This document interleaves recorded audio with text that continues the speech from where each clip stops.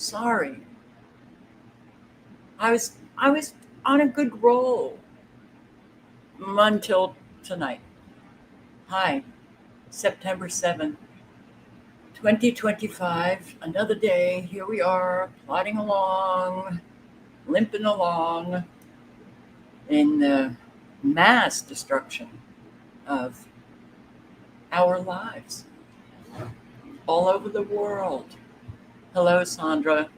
Hi, Sandra. Rage Against the Machine. Hi, Barb in Ohio. Jane Northrup. Oracle 11. Hi. And Debbie Frotto. Hello. Julie. Hi. And it's Third Eye Sore. And Patricia White. Hi, guys. Kathleen O'Brien. All right. Yeah. Viewership is down. Is it shadow banning? Is it my fabulous personality? Is it my continually saying we have to do something? Could be a number of things, but I am on Never Lose Truth 5, and I don't know how long my punishment is. When it ends, I'm going to have to check that out on Never Lose Truth. So I do hope that you're all doing okay. Let's do radar. And we've got right along the coast in Texas and Georgia, South Carolina, and North Carolina. Oh boy. So look at all in a line. Wow. And Florida. Yeah. North Florida. It's not looking pretty. Right along the coast is not looking pretty. And Texas, but the thunderstorms are extinguished. Supercell activation, New Mexico. Again, New Mexico and Colorado. You got a lot of little tiny supercell blips. Arizona and Wyoming, Idaho. All right, let's. These storms finally are rolling out of the northeast. That, yeah, it got hit. Connecticut, Massachusetts, New York. Am I forgetting a state? Well, we'll get into it. This just started in Colorado and New Mexico. Well, they can activate them anytime. So we only one active severe weather warning for 2 states. Wow. Colorado and Utah. That seems a little odd. Baca and Bent and Prowers and Garfield in Colorado, those counties, and Uintah County in Utah. Be very careful.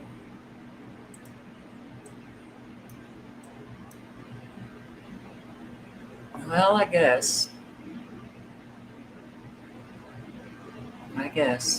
Right on the border. And weather-wise, well, flash flooding in Florida. This is coming out of Tallahassee. Flood advisory in effect until 8:15 p.m. Portion of the Big Bend of Florida, including Dixie County and poor drainage areas and minor flooding in low-lying areas. So be careful, everybody. Just be very safe. But this whole, look at this. Wow. All the way on up into North Carolina. These are flood watches. Areas affected: coastal plain from central Florida to eastern North Carolina.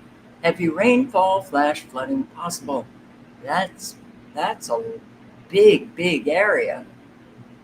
Well, you can click on the color and find out exactly where it's going.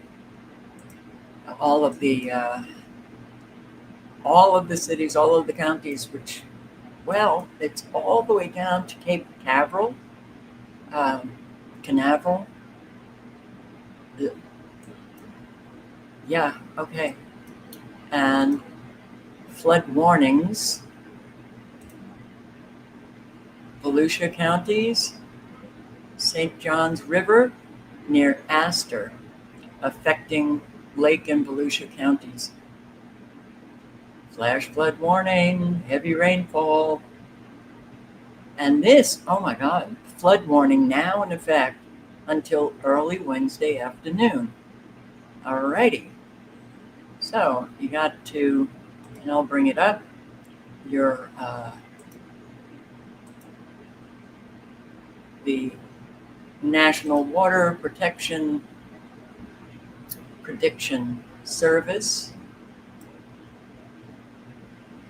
All right, well, minor flooding, St. Johns River, but red is moderate flooding, which is along the coast of South Carolina. Not a surprise. But a whole lot up here in the Northeast, you got minor flooding going on. And the reason why you want to, if you live by a river, if you live by a creek or stream, lake, you want to bookmark this site because it lets you know by clicking on the color.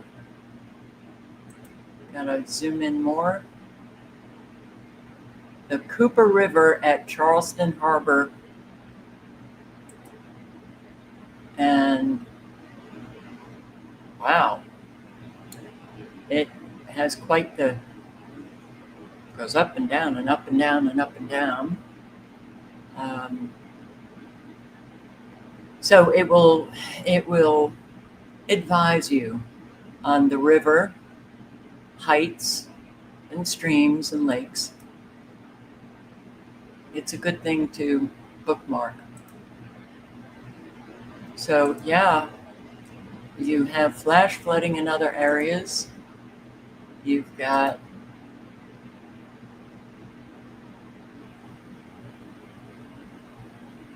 this out of Norman, Oklahoma.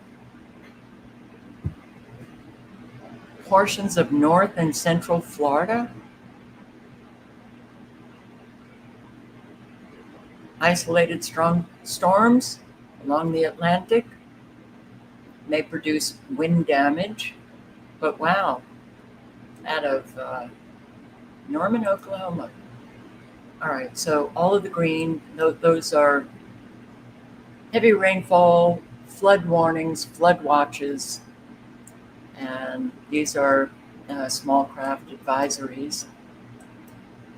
Texas, of course, flood watch. South central Texas through the middle Texas coast, heavy rain, flash flooding possible in the San Antonio area and further west.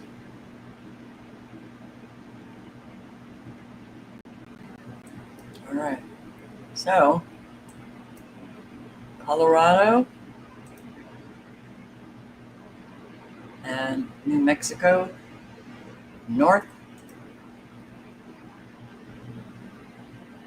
South Central High Plains, severe potential for storms, isolated large hail, localized severe gusts are possible through mid-evening across mainly the northeast New Mexico and southeast Colorado portions of the South Central Plains. So, yeah, large swaths. These warnings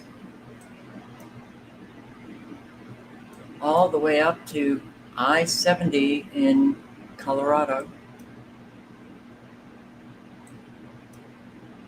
Idaho, you've got severe thunderstorm warnings. Strong thunderstorms will impact southwestern Fremont, Jefferson, east central Butte counties, northwestern Bonneville, northwestern Madison, central Clark, northwestern Bingham counties. All right, so this warning should have been X'd because it says through 5:30 p.m. So I think it's 5:30. Is it? Maybe. No, maybe it's 4. All right, so you got another 45 minutes. Wind gusts up to 50 to 55 miles per hour, half-inch hail. All right, so you know the deal.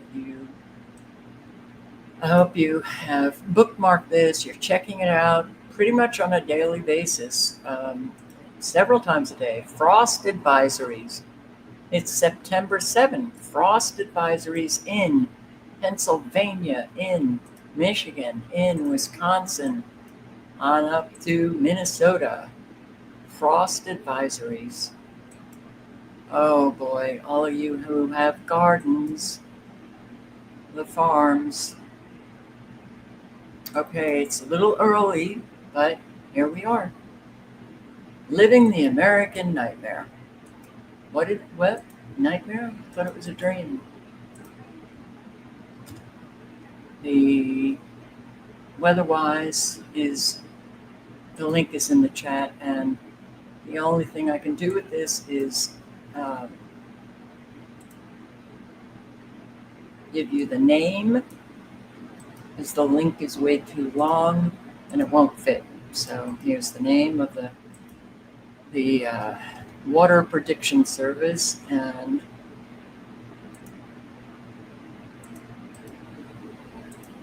this alert page, it has some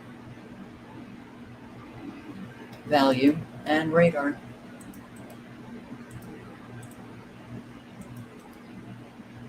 Silent walk.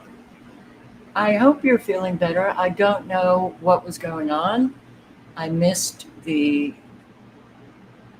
where it was, I guess you're saying maybe you weren't feeling well last night. I hope you're feeling better. So Denise, hello. It was pretty chilly here in Arkansas this morning, but it warmed up quite a bit. Some people need to show themselves, whatever that means. Okay. All right. Now, yeah. Trail of destruction after severe storms move through Massachusetts on Saturday. After a strong storm system made itself right at home, you can see this road in Worcester. Became a swimming pool at one point, completely inundated with rain. And then you just saw a split tree out in Paxton, nearly a perfect cut, possibly as a result of that reported tornado that touched down there. And as we bring you a live look outside over the city of Boston, out towards the seaport, you can see things are a lot calmer here in the Bay State now. That system moving out of our area, creating a beautiful evening there. Thanks for fans planning. Tornado in Massachusetts yesterday. In Massachusetts, we're long past tornado season. Again, I want to really preface, they can bring it on, whatever they want, anywhere, wherever you are. Do not think that you're spared because you're not in a flood zone. Do not think that you're spared because you're not in Tornado Alley. No, those days gone. Do not think you're spared from hurricanes. Anywhere. Planning to head to a 4:05 game, instead headed for cover in the team's pro shop. And just a few miles north in Holden, radar confirmed a tornado touchdown. I'd never been in a situation like this. It was It happened so quickly.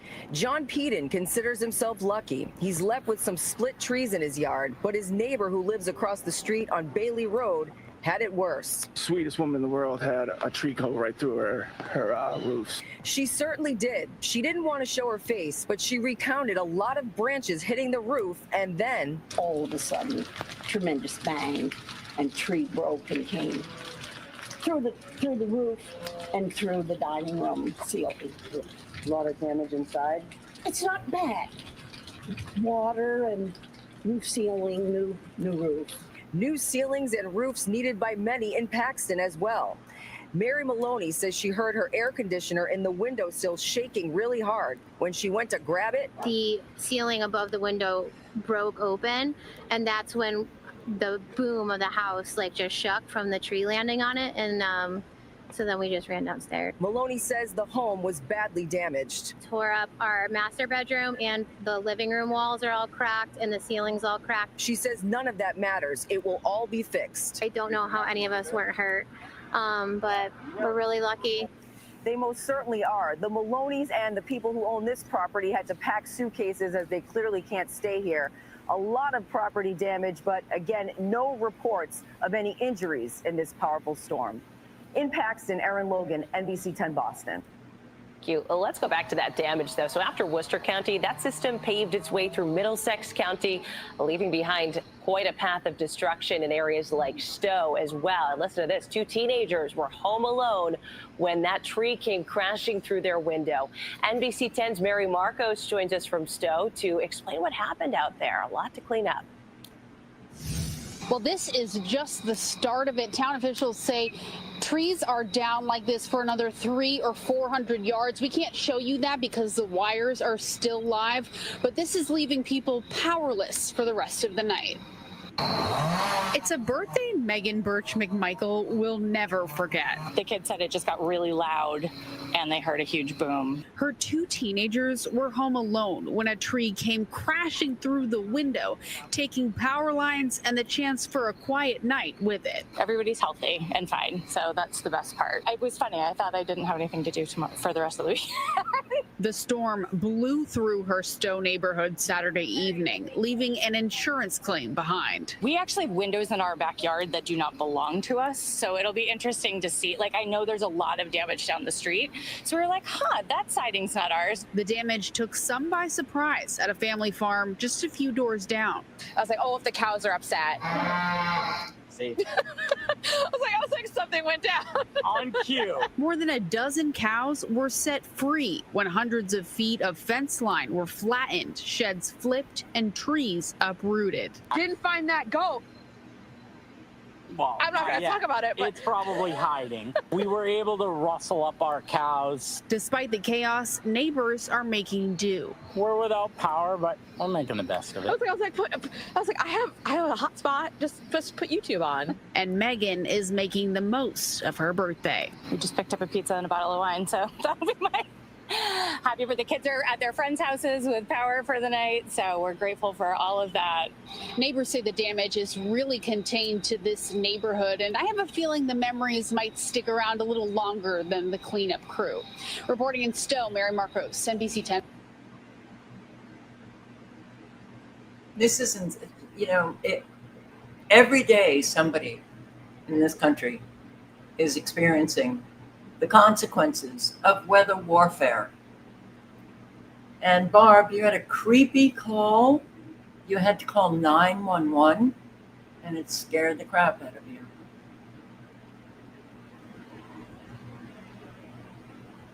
What happened? Wow.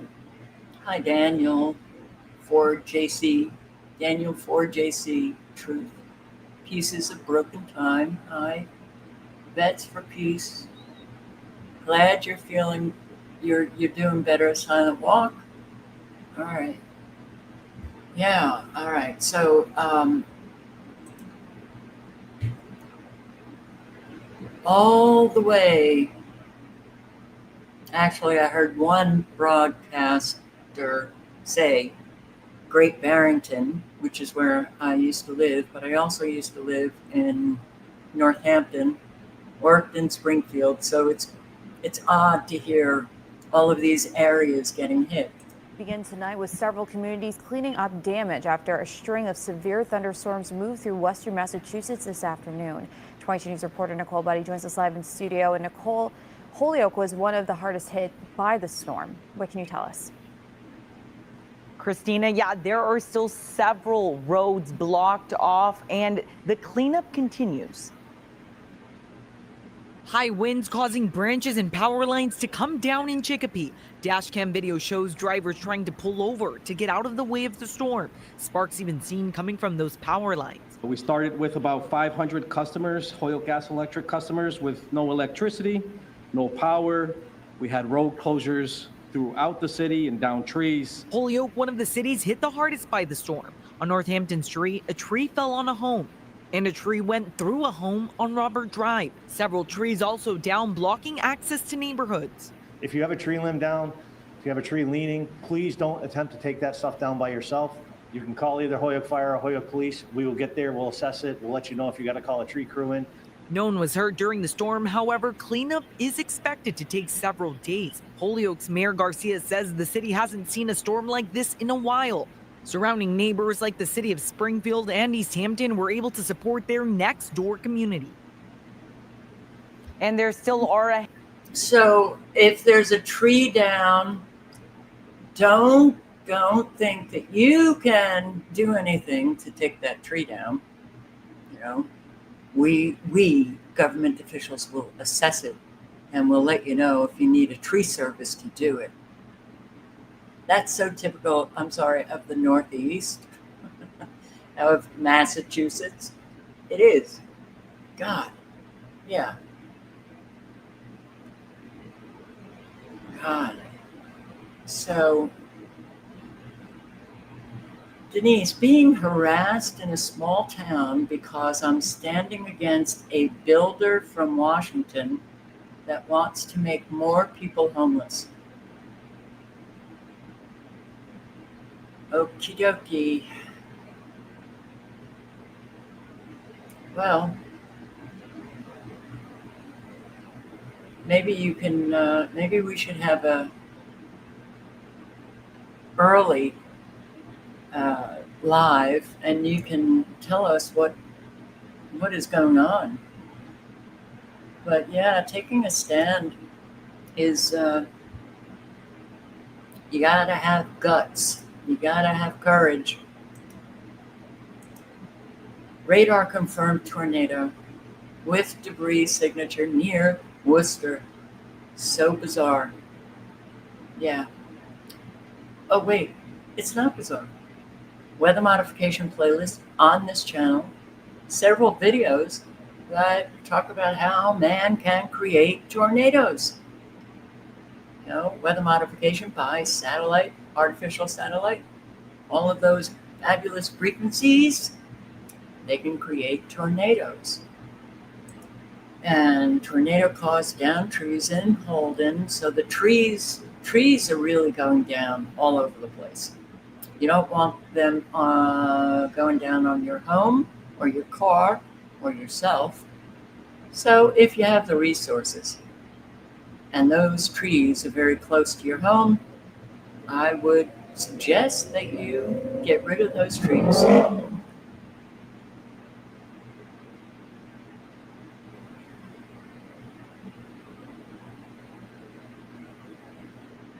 You don't like lives? Okay. Someone told me today that I was a badass.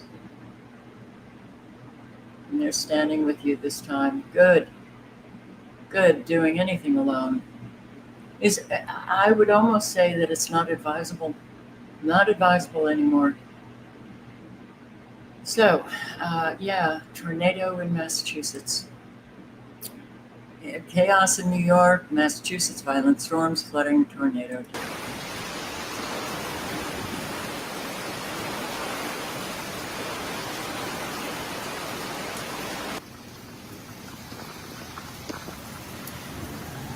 Yep. Severe weather erupted across the Northeast on Saturday, bringing destructive winds, torrential rain, hail, and even a confirmed tornado in Massachusetts.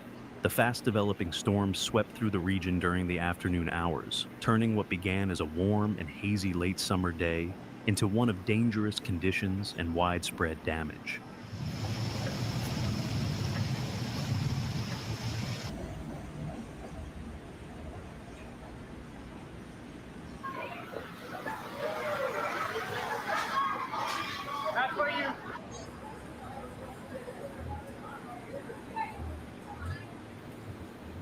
Ada was on the ground for only a short time. It's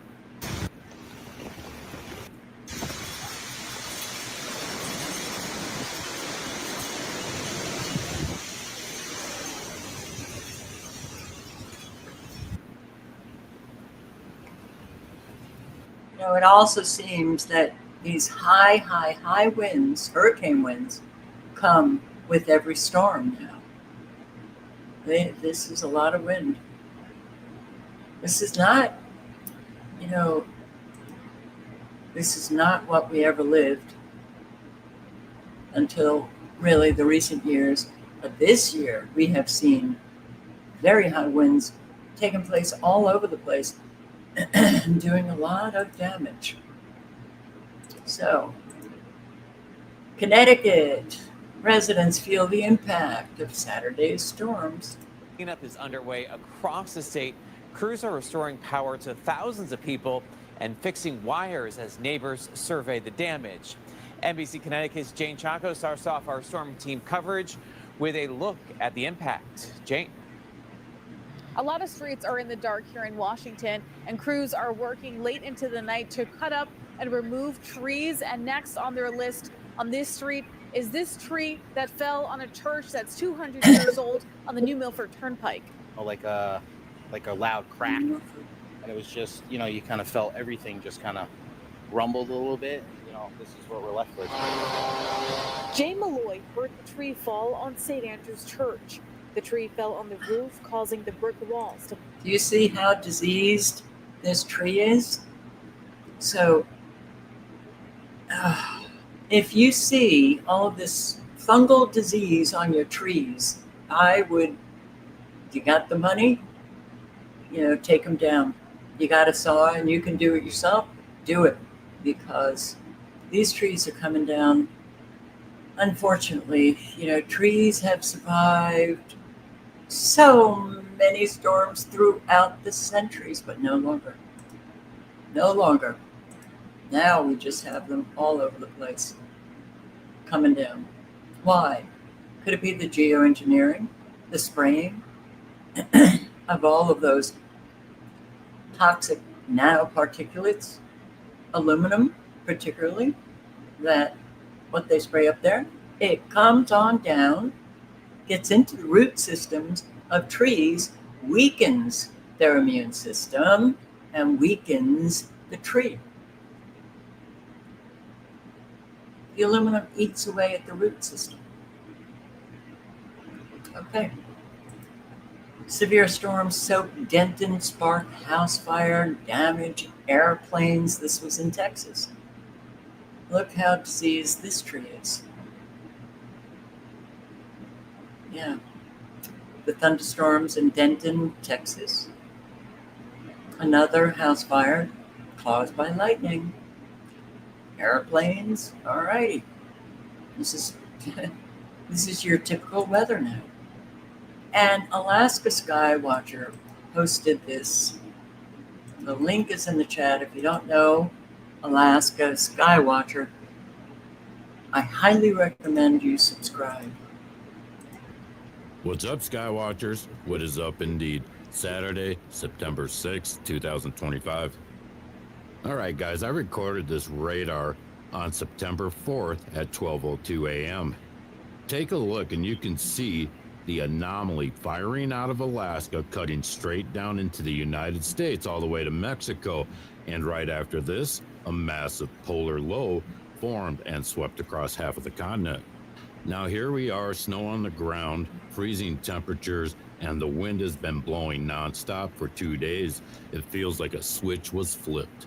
That anomaly wasn't random, it was the trigger Think of it as them opening a corridor in the jet stream with ionospheric heating and electromagnetic steering.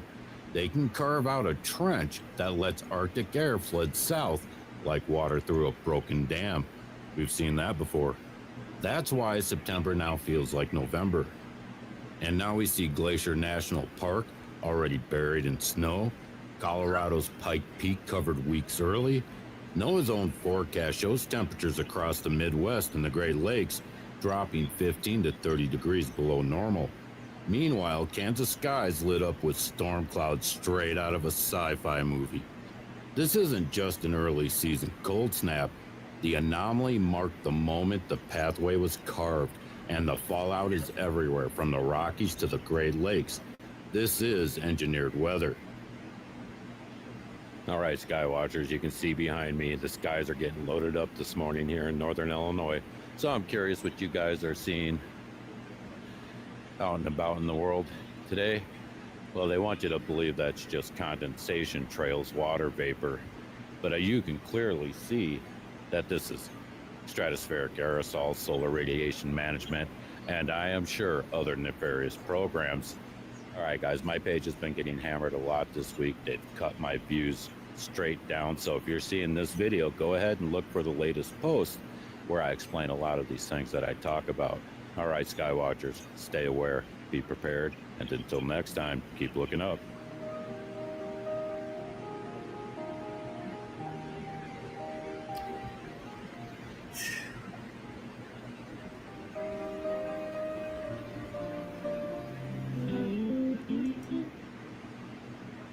Yeah. 2 injured, 6 without a home. Amherst, Western Massachusetts. All right, thanks, Adam. 6 people are without a home after an apartment fire on Olympia Drive in Amherst this morning. Amherst Fire Chief Lindsay Stromgren stated that approximately 11 a.m. on Saturday, crews were called to the Olympia Place apartment complex on Olympia Drive for a fire. The department said that the entire complex is uninhabitable following the fire. Crews took approximately 2 hours to put out the flames. 2 individuals were injured and were brought to Cooley Dickinson Hospital to be treated. Preliminary reports suggest the fire started with an electric bike on the porch. An electric bike on the porch. You would think that they would have been able, to put this out without this what looks like an explosion. The entire, certainly half of this apartment complex is engulfed in flames. An electric bike on the porch. Oh, those lithium batteries. They're so safe. So glad that our government hasn't banned them.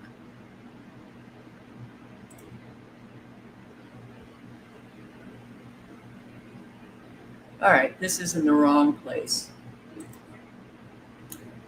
But what's going on here? Oh, look at this. Oh, wow. All righty then. Okay.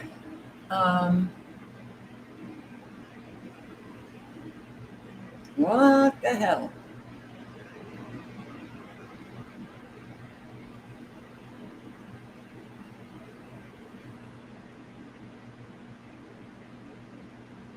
Auckland.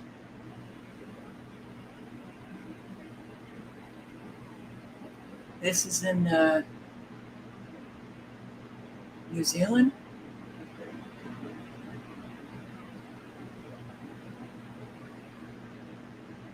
All right, the driver got out, apparently. But what's happening? What is happening to drivers all over the place? I know we can speculate on certain things, but that guy flew off that pier. Maybe he lost his brakes.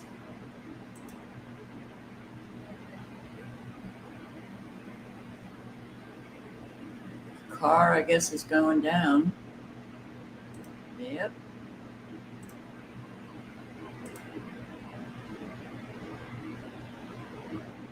So, Italy again. Italy in captivity of water. A strong storm hit Trieste and Maggia on September 2nd. The storm, which began shortly before 7 p.m., hit the Trieste area.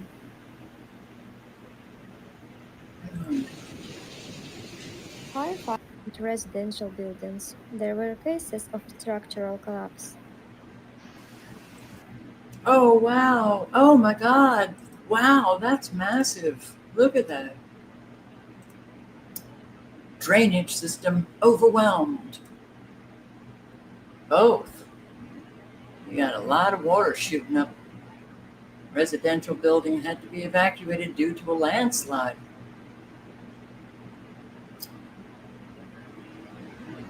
All righty.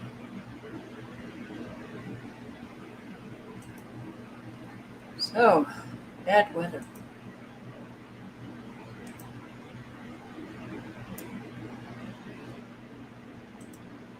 There was a bad landslide in India as well.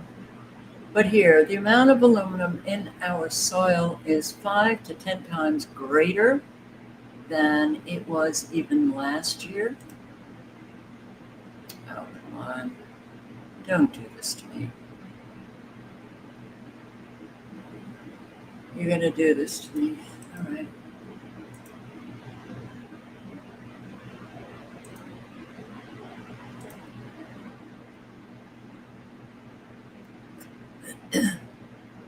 I don't like using. I don't want this. I don't set later, confirm. Come on. All right, go away.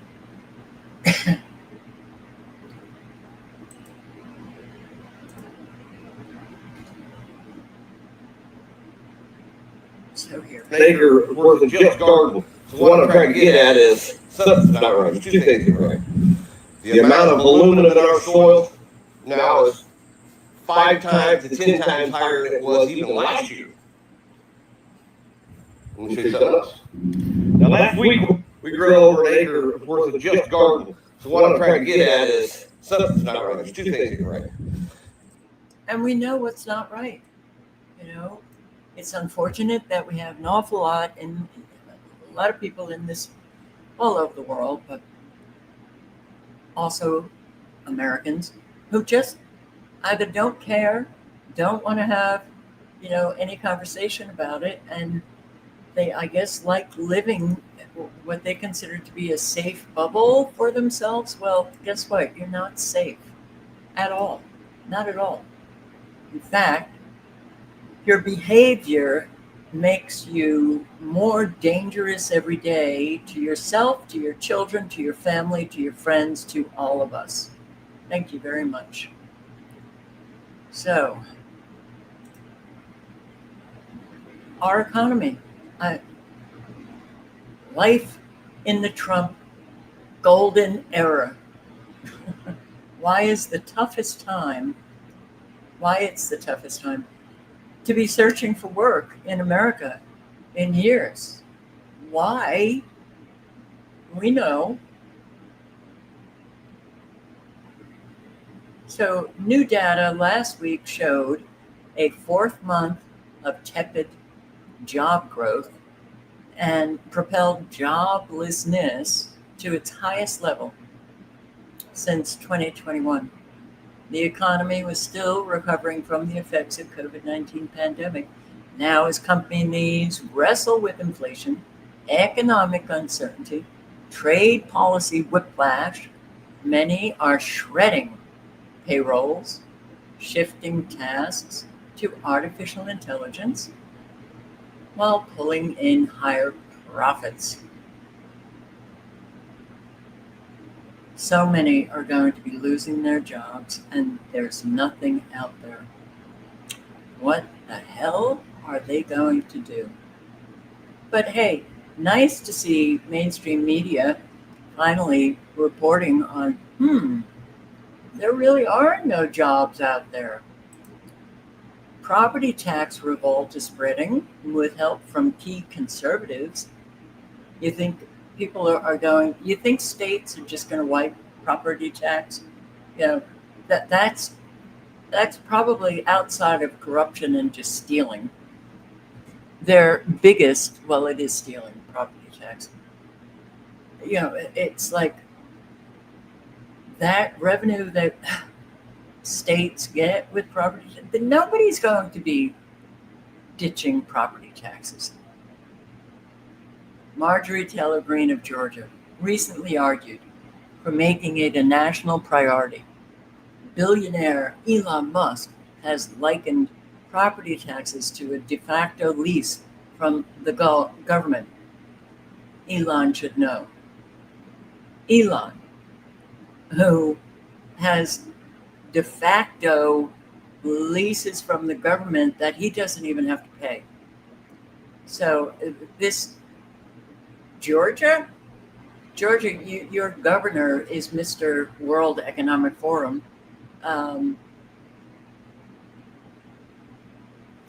DeSantis said,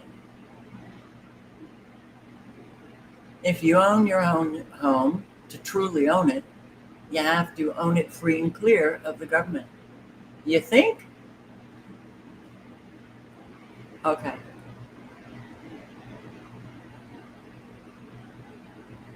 Where else is this? Frustration is cutting across partisan lines. Last year, voters in 9 states approved referendums to cap or curb rising assessments, from tying bills to inflation in Georgia to New Mexico and Colorado, expanding tax exemptions for veterans who own homes. Meanwhile, lawmakers in Texas, Indiana, New Jersey, New York, elsewhere have approved tens of billions of dollars in property tax relief over the past 18 months. Really? Because I haven't been seeing that. What I've been seeing, actually, New Jersey, one, there was in one county, a whole lot were fighting their assessments going up way too high. So the U.S. could tumble into recession before seeing Trump's promised golden age. Recession? Year and a half ago, 2 years ago, we're in depression. And it's going to get a whole lot worse. But hey, mainstream media, you're freaking me out.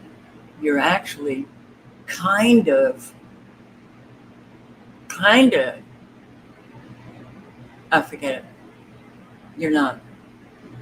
Because we've been in recession for so long. And AI isn't free, okay? So, cough up a whole lot of money to pay for it. AI isn't free. The first costs are on your bill, and more are coming. It's going to increase water bills, electricity bills, and any other utility that they can jack up on you. Because Elon Musk, man, he's not going to be paying. Jeff Bezos, what are you talking? We ain't paying. You're paying.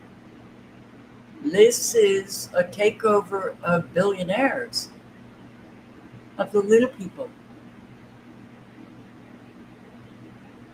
Seriously pisses me off.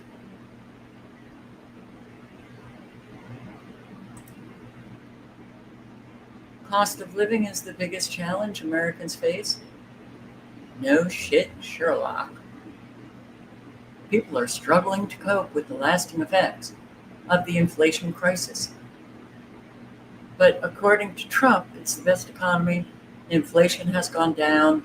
More money are in the pockets of the ordinary American out there. Higher wages. I guess we really do like lies, a whole lot of us. Godfather of AI says the technology will create massive unemployment, send profits soaring. That is the capitalist system.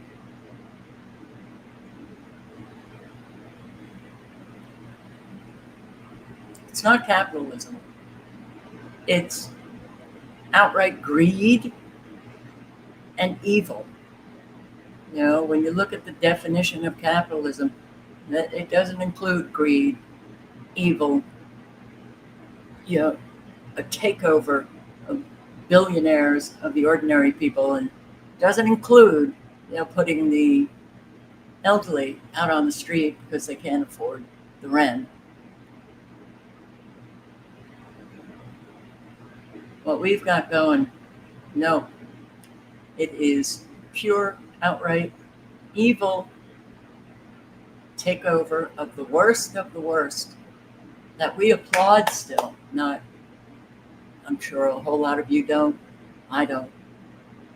But, you know, yeah, there's a lot out there that are applauding. They love Trump. I can't believe it. It's like so surreal. Like, God, red team, Republicans, I thought you were smarter, but you're not. All right, just a few minutes of real estate mindset. Link is in the chat. Recommended him before. I recommend him again. Click on the link, and he is talking about the total collapse of everyday life and every aspect of that life. U.S. rent payments climbed 31%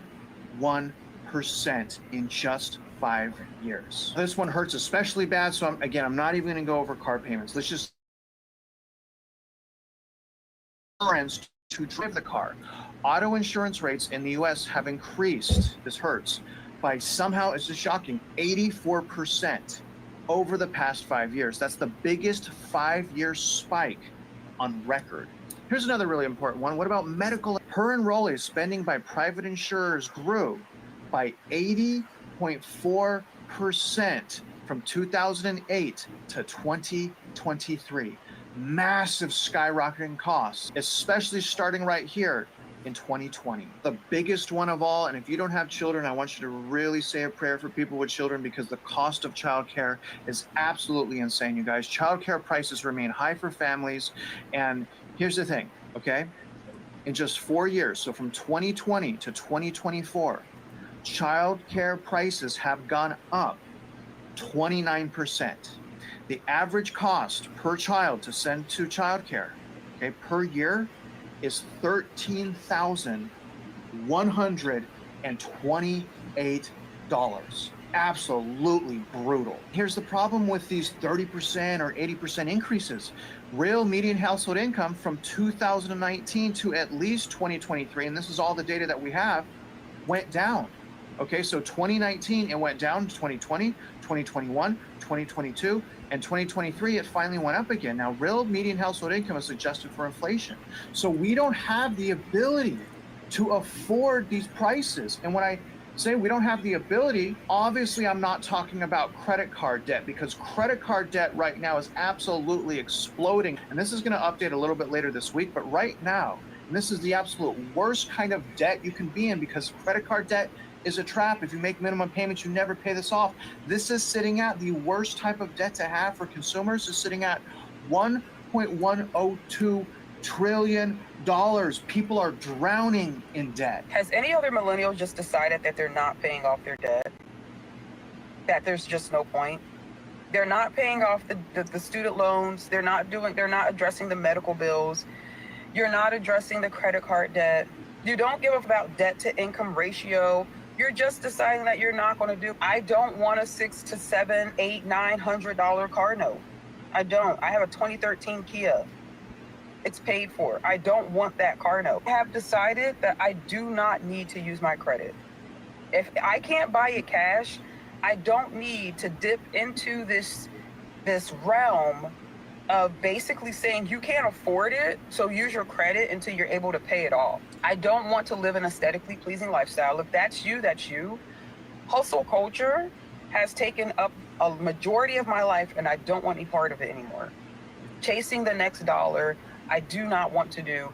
Trying to pay off my debt, credit utilization tools, FICO score, I don't want any part. And I just decided that, like, even when my kids get old enough to move out, I'm like, I'm just going to downsize. I might live out of a car. Like, I don't even care at this point. Step number one to a solution is do not give up on yourself. Stay encouraged and buckle down. Do not give up like she did. Now, I understand it. Now, a lot of people, when they don't see a future, when they see that this is it, they do give up.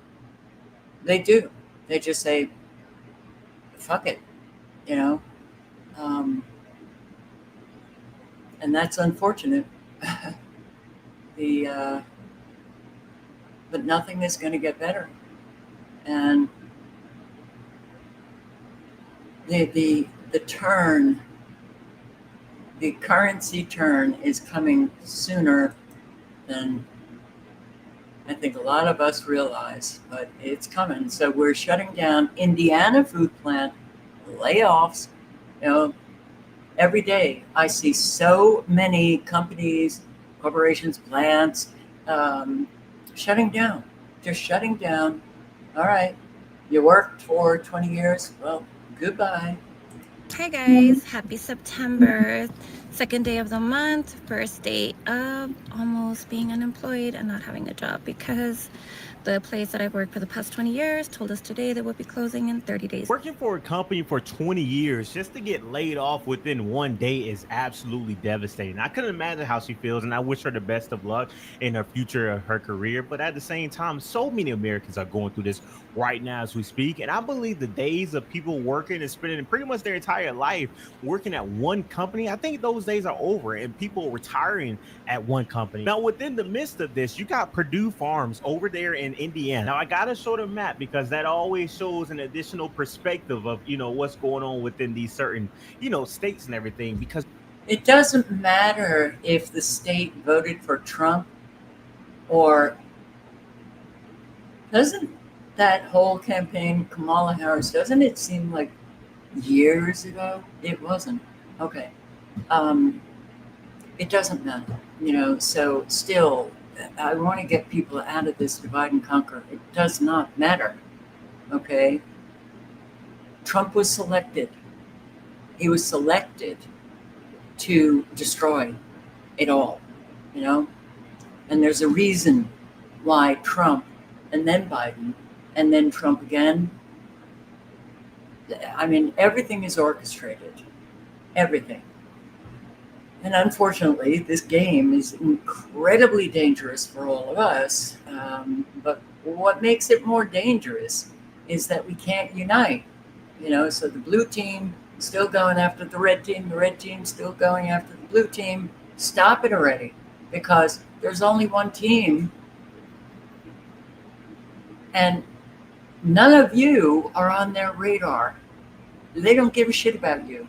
They do want you fighting. That's what they care about. But in terms of all of these people who are losing their jobs, it's so heartbreaking. And it was actually one of the scariest things I've had to witness in a work setting. I never thought that I would see so many people laid off from their job at once. All morning, I just kept seeing people from my team saying that they were gone too. I'm thankful that I still have my job, but still a lot of things for me in this position, I find a lot of fulfillment in it because of the people that I've met and because I know that my career path can be kind of paved by the mentorship around me, and seeing that mentorship gone is really demotivating. And I feel like right now I should be motivated to work and motivated to do better because I know that my job is always on the line actually. But in reality, I'm actually really demotivated, and I actually really feel for the people that lost their job, and I kind of just realized, you're just a number to these large corporate companies. And that's the biggest thing you got to realize. And I do want to just say that nobody should feel secure. No one, unfortunately, because, I've also listened to an awful lot of people who have been very secure and they've been shocked by the fact that they got laid off. So it's okay.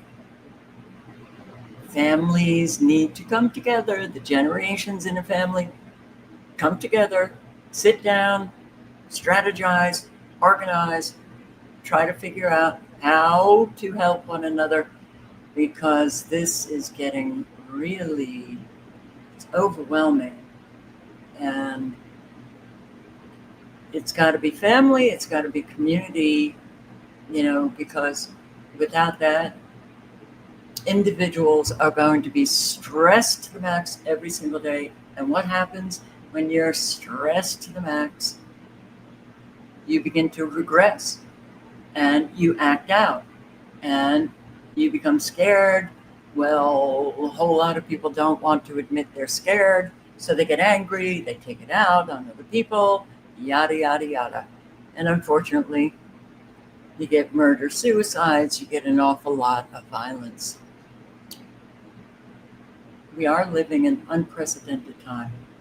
Never before. I don't care if you're living, in what you consider to be a safe zone, rural or wherever, and you're living in a bubble and nothing really has happened in your space, but it's coming. Trump's Department of War could cost taxpayers over $1 billion. Yeah. A name change costs a lot of money. A whole lot of money. And now's a good time to do it, right? It's a great time to do it. It seems that this guy is spending billions and billions and billions on everything but the American people. Damn. Yeah. You have to change everything. Everything. Wherever it says Department of Defense, Secretary of Defense, all of the officials that work in the Pentagon, everything. It's a big deal. But he loves it. Trump loves it. Yeah. I love the smell of deportations in the morning. This is what he posted. Chicago about to find out why it's called the Department of War. This guy is so sick and so evil that you would think that we could unite just on that. Chicago is about to find out why it's called the Department of War. This is the president. Are you flipping kidding me?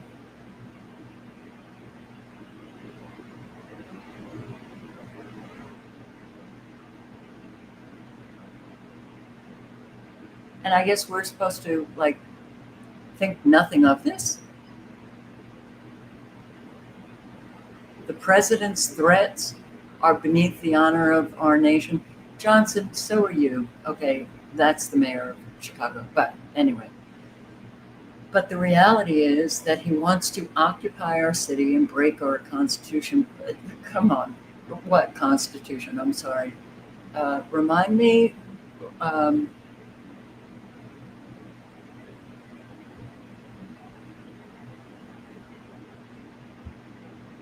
Okay. Anybody else? I can't stand that I'd love to get some responses.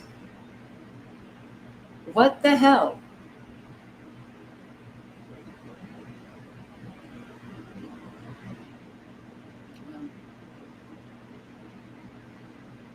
All right.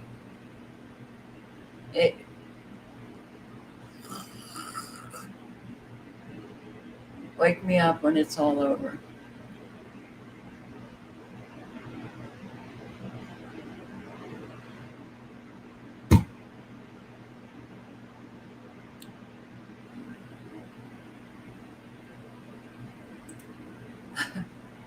All right.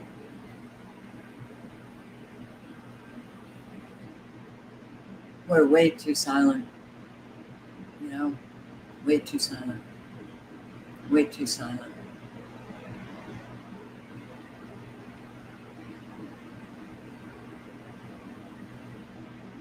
Just a few moments of this. I'll post the link. This is an interview with Lynette Zhang that I have included in my live streams quite a bit. And we're going down. There's going to be hyperinflation. And yeah, like Gregory Mannarino says, there's going to be millions that die.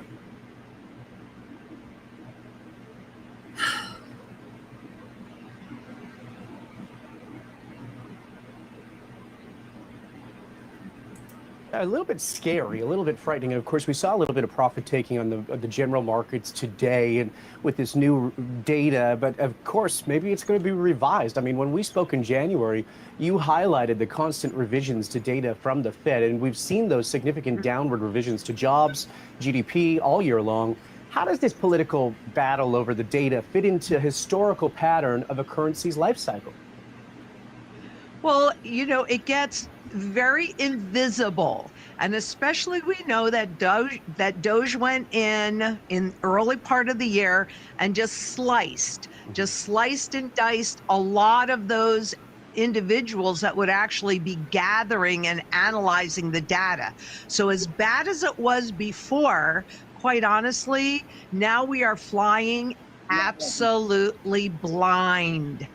Absolutely blind. You don't like what the report comes out? Well, let's just fire someone because it's their fault.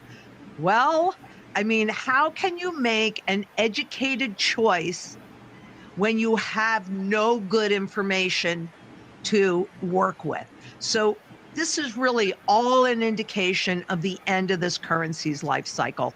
And what most people don't realize, and Jeremy, this is the thing that has me seriously the most concerned, is that when President Trump signed the Genius Act, he changed the global monetary system. And I believe, so you can write this down and we'll talk about it in a few more months again.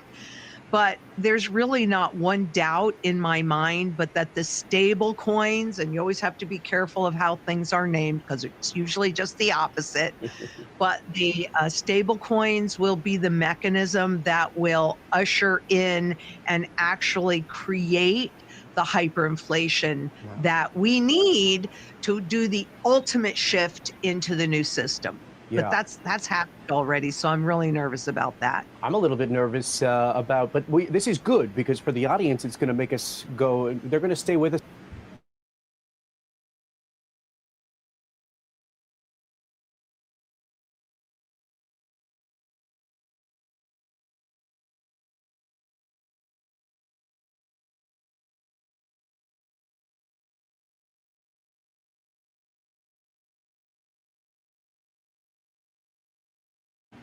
Somebody turned my mic off. I didn't, but it was turned off. It was a good interview, but yeah, it's coming, all right? It doesn't matter what they say and the executive orders that they signed. Oh, see, Trump got us out of a CBDC. It'll be stable coins, and he's going to make a fortune. Yeah. My God. Well,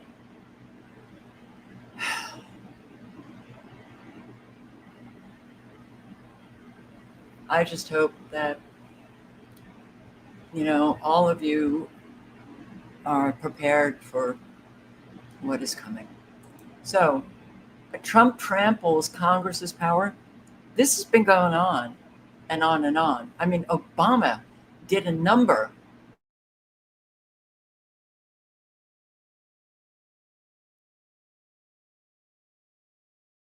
on. I was so shocked. I'm like, wait a second. Now, even those in Congress, when you achieve power, you want more power. You don't want less. So why aren't they saying anything about Obama usurping their power? It was so shocking to me, but it was so clear. So it's not just Trump, but Trump actually is now making it even far more obvious that he is, in a position where, hell, he doesn't even think we need Congress. Those executive orders, what are they? They're pieces of legislation that's Congress's job to write the legislation. The president executes, and this has been going on for decades and decades. Watching, the small chip away at the Constitution, at Congress's power. But yeah, they don't say anything. Isn't that interesting? Well, national security spending and oversight. President continues to undercut the legislative branch, and Republicans in charge have done little to stop him. Well, the Democrats did little to stop Obama. And thousands march in Washington, D.C. against Trump's deployment of National Guard. Wow, they don't like having their mini police state in D.C., I guess. Trump says Justice Department has done its job on Epstein case, and that's it. He does not want to hear anymore. Yeah, okay. So he wrote on September 5 on his Truth Social platform, the now dying, after the Department of Justice gave thousands of pages of documents in full compliance with a very comprehensive and exacting subpoena from Congress. The now dying Epstein case was only brought back to life in recent days for political purposes, not for the victims. Well, the victims don't see it that way. Yeah. I really, this country, I'm sorry, but the American people on the whole have become so pathetic that it is like they can do whatever the hell they want to do and they get away with it. Trump's job ratings stay negative. Americans express strong support for vaccines. Okay. Well, if that's true with the Americans, they're just pathetic. I don't know what to say anymore. Venezuela. Trump warns any Venezuelan plane threatening U.S. ships will be shot down. You'll find out, Venezuela, why we changed that name. We're now the Department of War.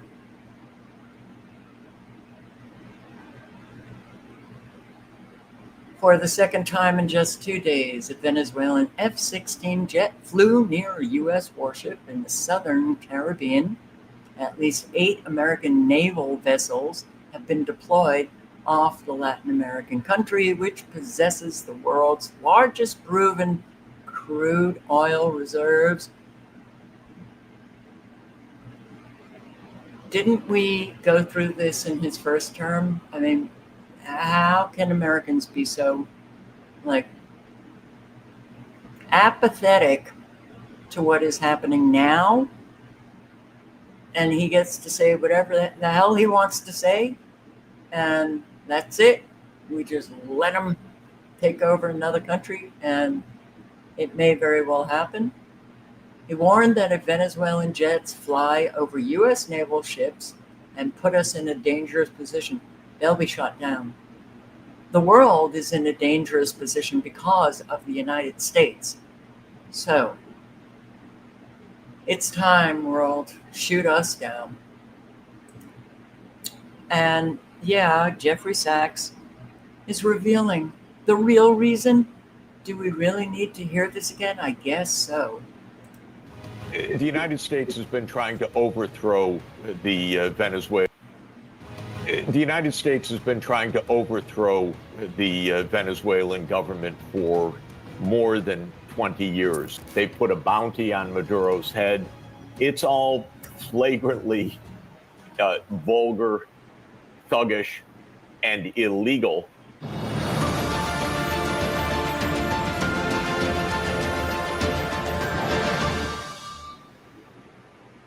But Professor, another issue that I want to talk to you about is, of course, what Trump has decided to do with Venezuela. What do you make of his moves? Is he starting another war? Because I was reading an editorial somewhere, and it called Trump's military moves bringing a howitzer to a knife fight. How do you see this? The United States has been trying to overthrow the Venezuelan government for more than 20 years. It's engaged in a number of coup attempts, a number of covert operations. It started to try to overthrow Hugo Chavez, President Maduro's predecessor. It continued through the Maduro period. It has also involved really crushing sanctions that proved to be far more devastating, for example, than the sanctions on Russia, because Russia is a much more powerful country than Venezuela. But in the case of Venezuela, it led to a kind of economic collapse, which I think may literally be unparalleled in peacetime. The economy fell by well over 50% in terms of GDP. There's been a collapse of oil production, a collapse of living standards, mass outmigration. It did not topple the regime, as the U.S. said. A president in Latin America said to me that at a dinner that he attended with President Trump during President Trump's first term, Trump spoke openly about asking the rest of the group, well, why doesn't the U.S. just invade Venezuela? So this goes back for quite a while, in fact. This is a more than 20-year project with the CIA, with the military, with the White House. Marco Rubio, who was senator from Florida, has been the lead Senate opponent of Maduro. And so this is also part and parcel of ongoing U.S. policy. They put a bounty on Maduro's head. It's all flagrantly vulgar, thuggish, and illegal. And no one should be surprised, because our government has been, it's just a criminal government that is for profit. I don't understand how it is that Americans are still so stuck in the matrix and believing all of the horseshit they're fed. It was Trump that said we should have just gone in and taken the oil in his first term. Do you really think that it's about stopping drugs? Trump does not care how many people die from drugs. It just helps the agenda, the depopulation agenda. So the link is in the chat. It was a good interview. But it just gets to a point where you're like, it's head spinning that people are not getting it. It's just because it's so obvious. The guy is stupid. The guy is a thug. He's a bully on steroids, and he wants to bully the world, and he has no intention of making America great. I hate saying again, because we never have been, but hello, Americans, anyone home? World War III. What is this? World War III. French hospitals told to prepare for a major military engagement within 6 months. Well, this is in line with other European nations, the UK. Oh, so by March of 2026. And the letter allegedly states that between 10,000 to 50,000 people are to be expected in hospitals. What is going to be happening? It outlines how French hospitals would need to prepare for up to 50,000 beds allocated to wounded civilians and military personnel every month. Whoa. Well, yeah. What will that be? 2026, 4 years till 2030. Maybe they just have to beef up how many people they're going to be killing. In the current international context, it is necessary to anticipate the modalities of health support in situations of high intensity conflict. Well, the U.S. War Department to shift focus from China to threats in Latin America. Well, why? They see China, Russia, India, North Korea, and other countries that are getting very, very close.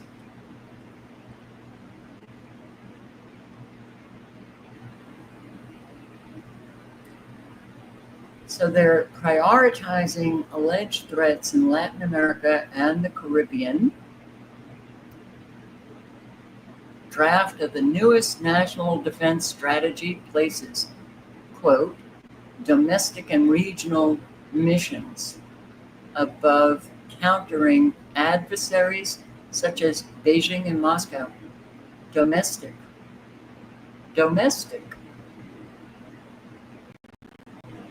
Countering adversaries. Domestic policy means inside the U.S. Okay. The news comes one day after Trump signed an executive order for the Department of Defense to be renamed the War Department to better reflect its mission. And Chicago,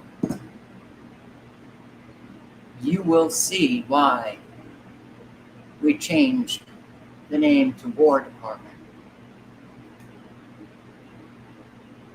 I'm telling you, we're in big doo-doo. And let me first play this. Bush effort wasn't sincere. Maybe someday it will be, but it's too bad it wasn't sincere because is National Guard and military deployment on city streets in anticipation of unpopular budget cuts. No jobs, laid off, budget cuts, no assistance. What's going to happen? Americans are going to freak out. You know, it's too bad the Doge effort wasn't sincere. Maybe someday it will be, but it's too bad it wasn't sincere because, you know, between the cuts and what they're doing with tariffs, it's not enough. It's not working. So if you're afraid of what's going to happen if you institute major cuts, especially with entitlement, you know, you want physical control. You want the army on the ground. So to me, my question, and I don't know the answer, is the deploying of the National Guard and the military in anticipation of what's going to happen in the budget. That's interesting. Or what's going to happen on the streets, or what's going to happen in the wake of a big crash and subsequent bailouts of the usual suspects. Right, because as we said a couple weeks ago, if you think bailing out banks is bad, where do you see what happens when you bail out billionaires? what's going to happen? I mean, we have gone through so many shocking events that have left the American people in a really dire situation and handed over more and more wealth to that 1%, the 10%. What's going to happen? I don't think the American people have it in them, to do anything at all. That puts all of us in a very dangerous position. So, just a few minutes of Jeffrey Sachs again. Now, I'm not a Jeffrey Sachs fan. He's very Vatican and very Agenda 2030. But like a lot, he definitely tells the truth on all of these wars. So this is not posted on a channel that's his, but the growing unease. Boy, it's coming. The unease is already being felt by an awful lot of people. And, whether you're in rural or cities, certainly cities, there's going to be massive either riots or it's going to be bad. But don't think that you're protected in rural areas as well. Because there's a lot going on in rural areas that the rural residents don't know. Even with all of these deportations, we're seeing an awful lot of these migrants who are doing everything right get deported. We've seen some criminals, but some, okay, all of those cells all over the country that we've been talking about for years, they're still there. Growing unease is not a sign of weakness. Wait. Ladies and gentlemen, fellow citizens, and thoughtful observers of the world, thank you for joining me today. I want to begin with a simple but urgent statement. Something big is about to happen in America. And the truth is, we all feel it. You don't need to be a professor, a politician, or an economist to sense the tremors beneath the surface of this nation. Every dinner table conversation, every headline, every market shock, every act of political theater is pointing us toward a turning point. Yeah. The question is not whether change is coming, it is whether we are prepared for it. America stands today at a historic crossroads, one of those rare and unmistakable junctures in history when the choices of a nation do not simply shape the coming election cycle, but reverberate across generations. What we are experiencing is not just the everyday turbulence of democracy, not merely partisan bickering, but a deeper and more fundamental test of whether the American project itself can endure. For centuries, the United States has been defined by its capacity to reinvent itself in the face of great challenges. Whether during the Civil War, the Great Depression, or the civil rights struggles of the 20th century, each of those moments carried the weight of collapse and rebirth, and each forced the country to decide whether it would rise to its ideals or retreat into decline. Today, we are once again at that precipice. The warning signs are all around us, flashing like red lights at a dangerous intersection.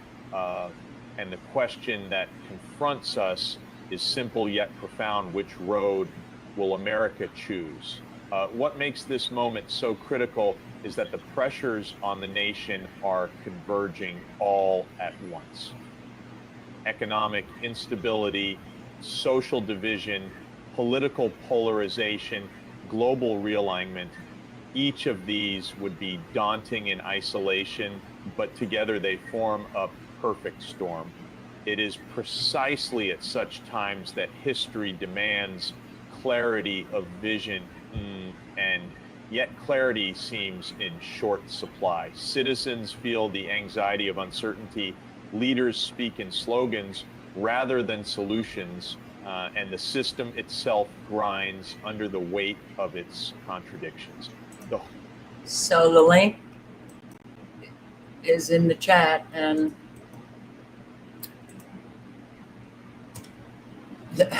where every day we just get closer and closer to our final demise.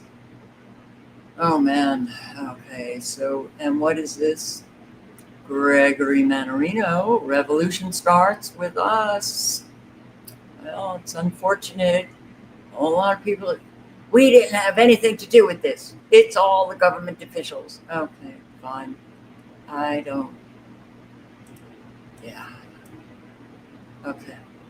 Rest of us, they're just grinding our guts, our bones, our hopes, our dreams right into the ground, along with the futures of our children.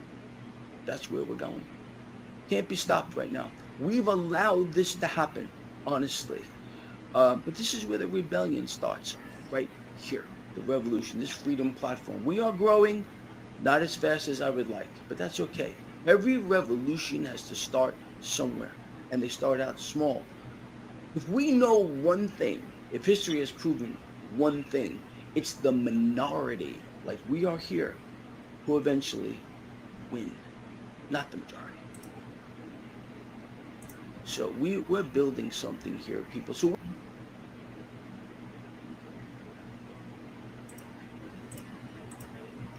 you know, whether you have the hope that some savior's going to come and fix it all or not, we still should be trying our best, and certainly, you know, trying your best to help those in your community, doing something, grinding our bones. Absolutely. That's a good description of what's happening, because that's exactly what a whole lot of Americans now feel, whether working or not. You know, even the working still are feeling so burnt out that they're not getting anywhere. They can't save any money, and a whole lot understand there is no future. There's no future here. Isn't that amazing? No future. It's gone. Because we've allowed the worst of the worst to rule us. So, and yeah, there's the United Nations Assembly moves to Geneva after the U.S. bars Palestinian delegation. USA, Israel, married, taxed at the hip. You can't differentiate them. No, I might be the lone person in the world that gets that Israel, it's not controlling. It's not controlling Trump. It's not controlling the Trump administration. It's not controlling the U.S. government. They work hand in hand. They put out all of this stuff, made it public so you all would get really angry and look at you. It's not the United States, it's Israel. They have such complete control over our government, and yada. No. Israel, just like Biden said, made it very clear, if there wasn't an Israel, we would have had to create it. Okay, well, we helped to create it, but we fund it for a reason. Strategically, right there in the Middle East, take over all of these other countries. You help us, we'll help you, we'll send the weapons, okay, we'll send the money, and We'll keep you afloat because you're doing actually a whole lot of what we want, what the Vatican wants. All right, so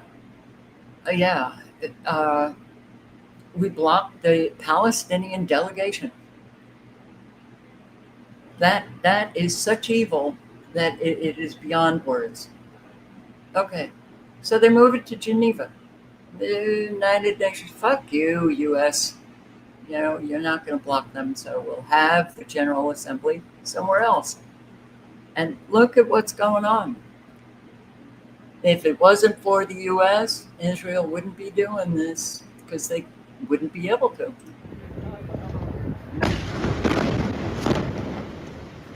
Gaza City. Residential buildings. Hamas is all over the place. Got to get rid of Hamas.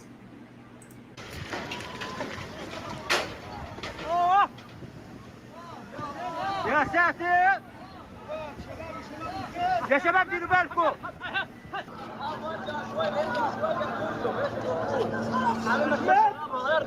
احمد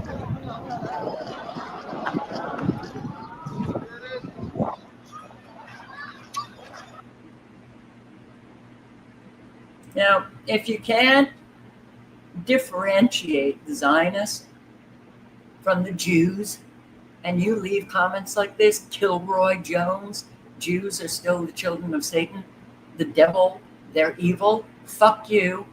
Don't leave comments like this because you're dead wrong. And I can't remove it. An error occurred. Try refreshing the page.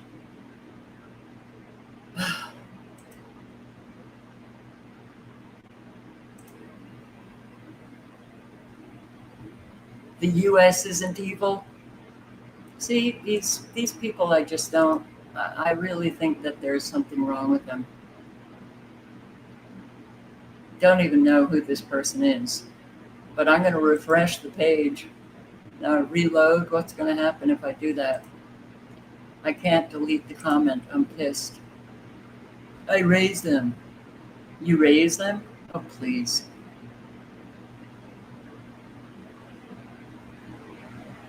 Oh, God.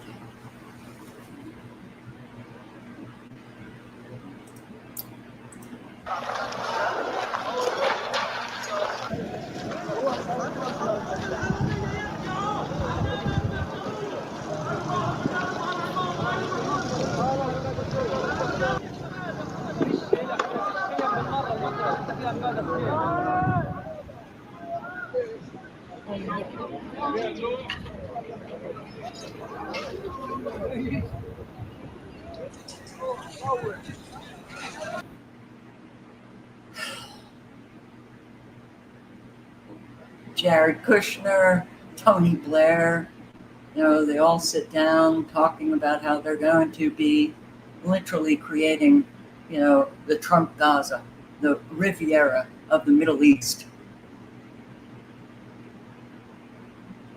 But we're not evil, no. More and more residential buildings are just going, they're literally flattening Gaza City.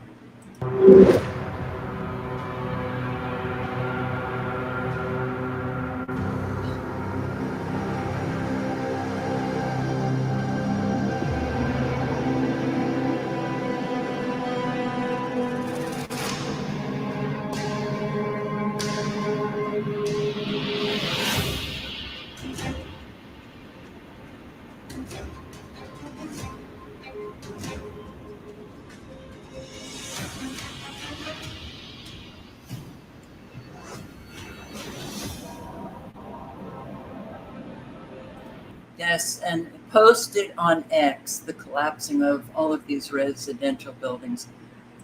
Well, there are protests. There's protests in many areas of in Jerusalem, in Haifa, West Jerusalem. I don't know if they had any this weekend in Tel Aviv, but they want the war to end. They are sick of what's going on. A whole lot are holding pictures of Palestinian children who have been murdered. And so they've been protesting to get rid of Netanyahu for years. Now, thousands of Israeli protesters gathered near Prime Minister Benjamin Netanyahu's residence in Jerusalem on Saturday for a rally organized by families of hostages held in Gaza, who charged that Prime Minister was willingly sacrificing their loved ones. Now, unlike the past protests, the demonstration this time was held in Jerusalem, where protesters called for the release of hostages still held in Gaza and for an end to the war. As ceasefire talks remain in deadlock, the families of hostages have been stepping up their public campaign in recent weeks. The protest was organized after Israeli Defense Forces revealed a plan to take over Gaza City in north of the Strip, where some of the remaining 48 hostages are still believed to be held. Protesters in the rally accused Prime Minister Benjamin Netanyahu of willingly sacrificing their loved ones in a bid to cling to power. They carried posters and banners asking the U.S. President Donald Trump to save the hostages and chanted slogans declaring Netanyahu a traitor. Do you think any Trump, Netanyahu, any of these people care about the hostages? They don't. They don't. Do you think Netanyahu actually cares about Jews and Israelis? No, he doesn't. I don't know why, because it seems so obvious. But when you're stuck in the matrix, it's very hard to see clearly. Paris erupts in ceasefire demand. In the heart of Paris, thousands of voices rise together, echoing through the boulevards with the cry, "Gaza, Gaza, Paris is with you." It is not just a march, but a declaration that the struggle of Palestinians is heard far beyond the Middle East. Protesters call for action, demanding sanctions against Israel. For them, these words are not mere rhetoric, but a demand for accountability, a push for France and Europe to move beyond statements of concern into real political consequences. The rallying cry of "Stop the Genocide" underscores the urgency of their protest. For these demonstrators, the events in Gaza are not distant tragedies, but crimes against humanity that the global community must confront. The sea of flags paints the city square in a palette of defiance. Trade union banners, France Unbowed insignias, and the red, green, black, and white of Palestine woven together in solidarity. This march is as much about politics as it is about humanity, a visible reminder that France's streets remain a stage for moral reckoning. And boy, do we need that moral reckoning. And Kilroy Jones, you can have your opinions. You don't get to share that kind of hateful rhetoric on my live chat, in my chats. No, you don't get to do it. And I will take them off, but I can't take them off now because for some reason I can't delete comments and I have to refresh, but I'm a little nervous about doing that. Peaceful protest in Berlin. What? We are the people too. We want peace and free. Let's stop the bombing. Free, free Palestine. Free, free Palestine. Stop the march, stop the Krieg. Stop the Gaza genocide. And Australia, several places in Australia, Sydney,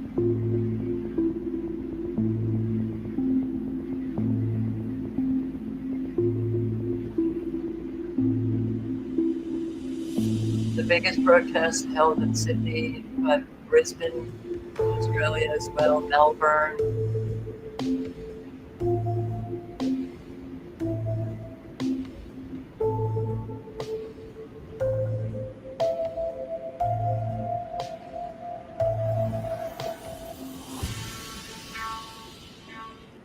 And let's see, Britain or Scotland, I think. No, this is London. So a Royal Air Force war veteran arrested for holding up a sign that offended the wrong people.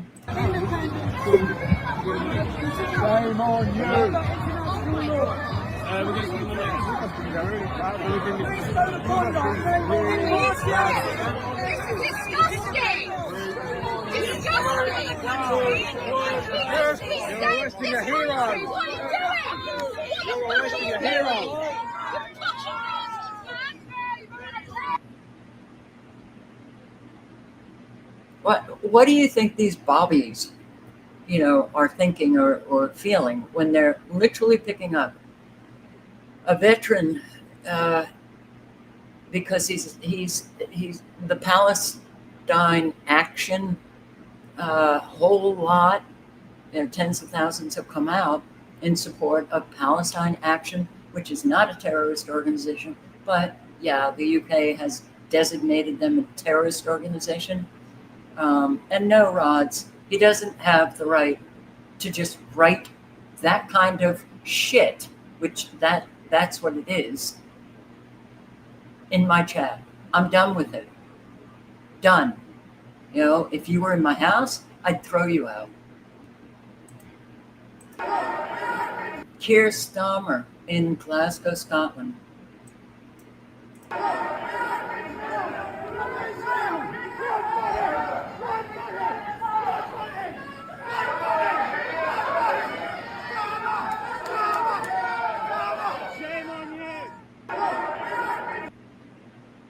I guess they're going to have to beef up their security, all of these leaders. Keir Starmer is not a very liked guy in the UK. Belgium. Now, tens of thousands of people are marching in Belgium's capital to call for an immediate end to Israel's war on Gaza. They're also demanding the Israeli Prime Minister Benjamin Netanyahu be held accountable for the killing of Palestinians in the Gaza Strip. Belgium is among the countries expected to recognize Palestinian statehood at the upcoming UN General Assembly. Let's go to Hashem Ahelbara, who's in Brussels for us at that protest. What's the scene like where you are, Hashem? Well, as you can see, there is a massive crowd over here in central Brussels where tens of thousands of people gathered to protest against the situation in Gaza. And in Australia, there was a big standoff, and the pro-Palestinian protesters and Israeli protesters, and apparently some of them were duking it out. Punches have been thrown and insults hurled at Bondi Beach today as protesters on both sides of the Gaza conflict came to blows. Attempts by police to keep the two groups separated failed. The fiery scenes playing out in front of tourists and families. From the steps to the sand, a standoff on Australia's most iconic beach. Police, the barricade. Bondi, the backdrop. On the beach, waving Palestinian flags, not Arabs but Jews, rallying against the occupation of Gaza. Long live Gaza! Long live Gaza! And a pro-Israel rally to counter. A war of words, which at one point became physical. Officers forced to step in, going ahead despite pushback from Waverley Council. Along the sand, paper boats, a symbol of solidarity for those in the Freedom Flotilla sailing aid to Gaza. Breaking the siege of Gaza so the food can get to those kids. Each of us have our hearts travelling with the Gaza Flotilla. Free Palestine, free Gaza. At least 20 boats are currently en route with humanitarian supplies. The first fleet launched from Barcelona on August 31. On board, Swedish climate campaigner Greta Thunberg. Preparing to join the flotilla in Sicily is one of the 10 Australians involved, activist Juliette Lamont. The show of support from people around the world is really heartening. Back on home soil, the pro-Palestinian movement showing no signs of slowing. Dozens of police have worked hard today to keep these two groups separated, and while no arrests have been made, tensions are high. And tensions seem to be high everywhere a growing number of Israeli troops taking their own lives. This was actually a very good interview, only 5 minutes. The link is in the chat. Just like American troops who are taking their own lives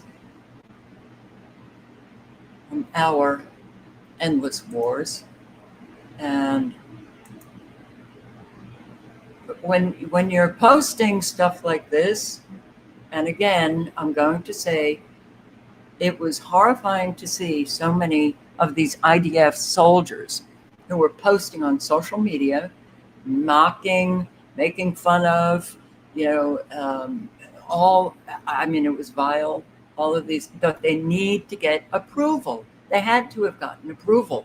So we have to wonder what is going on with the Israeli government, with the IDF, that is allowing all of these videos showing up on all these different social media platforms that are making people around the world hate them. Yeah, something's going on. Like they want the world hating Israelis.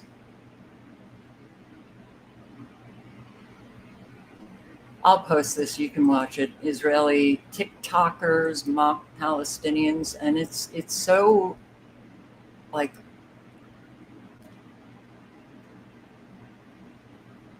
it's a very deranged psyche for an awful lot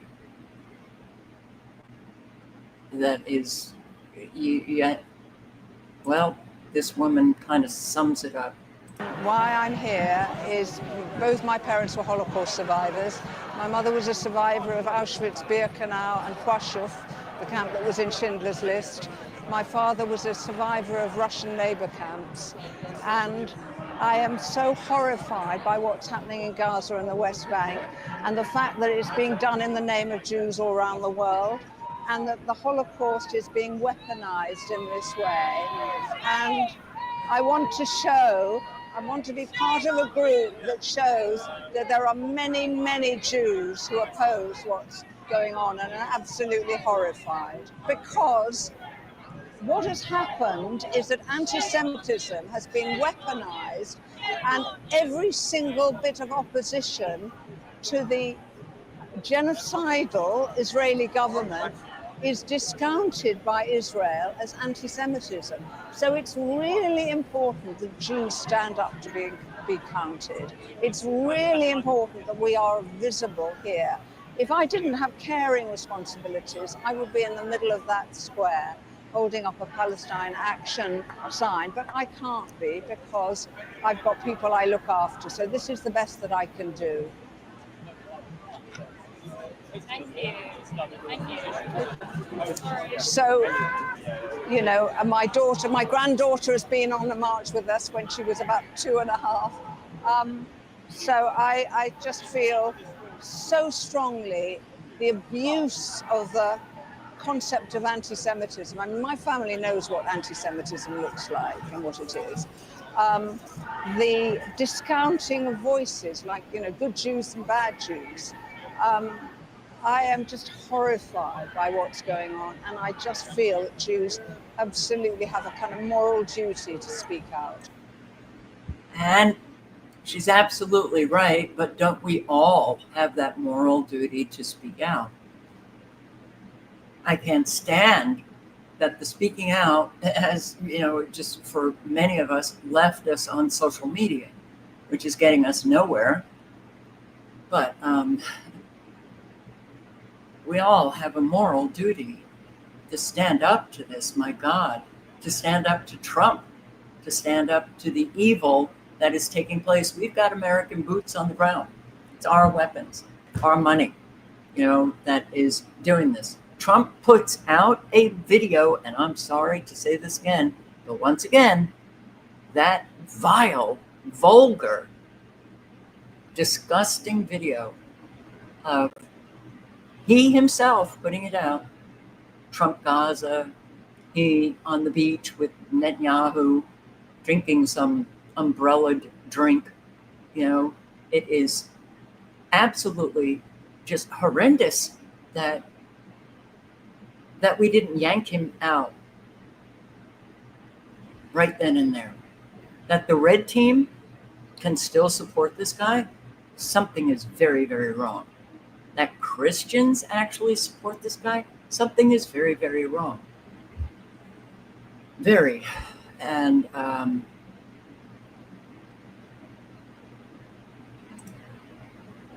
but no, I am not going to allow in the chat people to just, everyone in one particular group is evil, go away. You know, I mean, it also came in a religious context. Please, go away. So tired of it. You don't do anything, that is helping at all. So it's 7:22, and yeah, we've got a lot going on. And a lot is coming crashing down, on a whole lot of people here, Israelis, who I think in Jerusalem, they're fighting about the war. During an anti-war demonstration in the heart of Jerusalem, we witnessed an interesting debate between some of the protesters and a man who had just served in the IDF in Gaza. You're supporting the enemy. You're supporting the enemy. What I was asking You are supporting the enemy. Do you know how many people have been killed I know in Gaza? that Israeli people are the most important thing that ever exists. All right? Okay. I don't care about So if we can, how many terrorists are being killed. Can we kill? The more we kill, the better. Children, It's terrorists. children. Can we kill You've children? been there. You saw that children. You saw those No, children. They're supporting the terror. 12 years old, Hamas giving them weapons. I saw that in my own eyes. I saw that. 20,000 killed kids. Terrorists. And babies. Terrorists. Half a year baby is not a terrorist.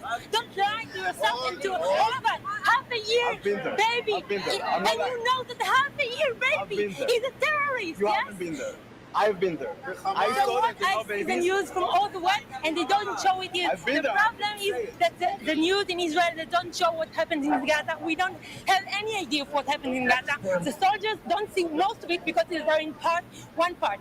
But most of the people that are killed in Gaza are from airstrikes and not from the soldiers. So they don't see it. And the problem is that all the countries are saying we must stop the war, but they're not doing anything. So if they would stop talking about Israel stopping the war and start doing it. So move to Gaza. Move to Israel.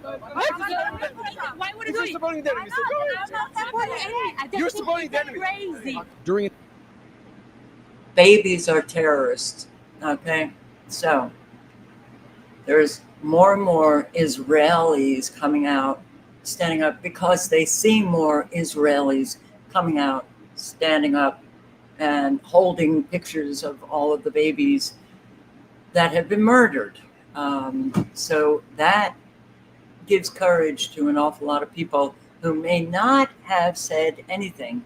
But I will say, having heard from my subscriber in Israel, she said, we're just not getting the news about a whole lot of stuff that others in other countries are getting.